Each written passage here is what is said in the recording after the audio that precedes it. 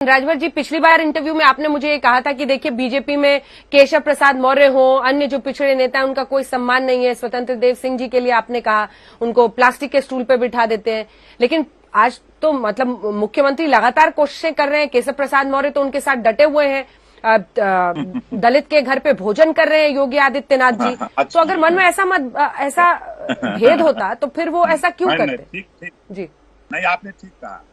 पूरे समाज में स्टूल पर बैठा करके पूरे पिछड़े समाज का अपमान हुआ।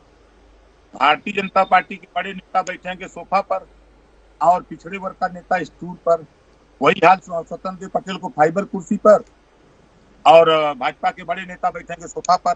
अब आपने कहा कि मुख्यमंत्री जी दलित के घर खाना खा रहे हैं। अब हाथरस की बेटी के यहाँ पेट्रोल डाल करके 12 बजे रात लाश जला रहे हैं और गोरखपुर में दलित के घर जाकर के खाना खा रहे हैं। ये कौन सी विडंबना है? ये क्या चाहते हैं? जब चुनाव आता है तो वोट के लिए हमारे प्रधानमंत्री जी दलित का पैर धोते हैं और फिर पैरों का हिस्सा, दलितों का हिस्सा पिछड़ों का लूटते हैं। प्राइवेट में ले जाकर के जितने विभाग प्राइवेट में दे दिया। बाबा साहब डॉक्टर अम्बेडकर ने 1932 में रिजर्वेशन दिया दलितों को, अनुसूचित जाति जनजाति को। उस आरक्षण को प्राइवेट में करके खत्म कर रहे हैं मोदी जी। क्या योगी जी उसको दिला पाएंगे? आज संविधान की बात मानने को तैयार नहीं है। संविधान ये नहीं कहता कि हिंदू मुसलमान नफरत की राजनीति करो। संविधान के पहले पन्ने पे लिखा है समता, स्वतंत्रता, बंधुत्व और न्याय पर आधारित भारतीय संविधान। लेकिन भारतीय जनता पार्टी, इसके दिमाग में खाली दो चीजें हम तो देखते हैं, हिंदू मुसलमान। हिंदू मुसलमान के अलावा कोई चीज नहीं। आज शिक्षा पे बात नहीं होगी, रोजगार कैसे मुहैया उस पे बात नहीं होगी, महंगाई कैसे खत्म हो इस पे बात नहीं होगी, अन्ना पशु से कैसे छुटकारा मिले इस पे बात नहीं होगी, घरेलू बिजली का बिल माफ कैसे हो इस पे कोई बात नहीं होगी, जातिवार जनगणना कैसे हो इस पे कोई बात नहीं होगी। खाली बात होगी हिंदू मुसलमान, भारत पाकिस्तान, मंदिर मस्जिद, कब्रिस्तान। इससे क्या मिलेगा? इससे शिक्षा मिलेगी या इससे क्या रोजगार मिलेगा? क्या इससे अन्ना पशु से किसानों को छुटकारा मिलेगा?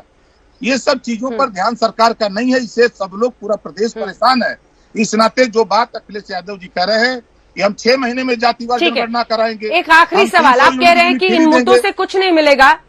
ठीक है, एक आखिरी सवाल सर आपसे, राजभर जी, एक आखिरी सवाल आपसे ओम प्रकाश जी। अब ठीक है, आप कह रहे हैं कि इससे नौकरी मिलेगी ना शिक्षा मिलेगा हिंदू मुसलमान करके, लेकिन अगड़ा पिछड़ा करके भी तो कोई फायदा नहीं होगा ना। वो भी तो एक पॉलिटिक्स के लिए, वोट बैंक के लिए किया जाता है ना सर।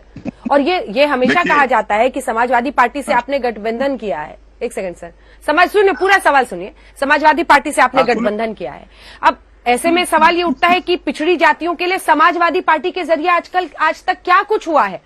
ये हमेशा आरोप लगता है कि वो यादवों की पार्टी है और उन्हीं की तरफ उनका फोकस रहता है। तो आप पिछड़ी जातियों का उत्थान कैसे कर लेंगे उनके साथ? आखिरी सवाल है सर, राजभर जी।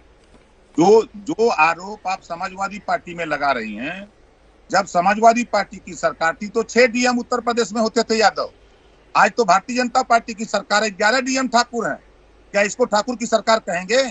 ब्राह्मण के खिलाफ रेड पड़ सकती है, उसके यहाँ छापा पड़ेगा। वो हरिशंकर तिवारी के यहाँ जब पहुंच जाएगा छापा पड़ जाएगा। ब्रजेश मिश्रा के यहाँ छापा पड़ेगा, विजय दुबे के यहाँ छापा पड़ेगा।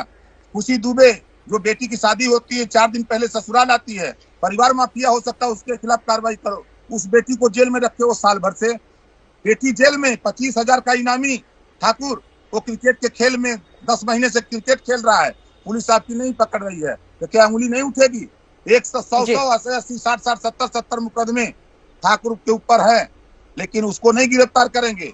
लेकिन वहीं ब्राह्मण है उसके खिलाफ कार्रवाई, यादव बैकवर्ड है उसके खिलाफ कार्रवाई, शेड्यूल कास्ट, शेड्यूल ट्राइब्स उसके खिलाफ कार्रवाई। ये क्या दिखता है सरकार में? ये चीजें धरातल तक पहुंच गई हैं। इससे बड़ा नुकसान होने वाला है भारतीय जनता पार्टी का। अभी इनको पता नहीं है। अब तो दूध का दूध पानी का पानी होने जा रहा है। आप ही लोगों के चैनल पे देखिएगा, ये 10 मार्च को 10 बजे के बाद गाना बजेगा चल सन्यासी मंदिर में। ये गाना बजेगा, देख लीजिएगा उस दिन। अभी हमारी बात तो लोगों को नहीं यकीन होगा, ये मैं गारंटी के साथ कहता हूं कि ये गाना उस 10 मार्च को 10 बजे बजना शुरू हो जाएगा कि चल सन्यासी मंदिर में।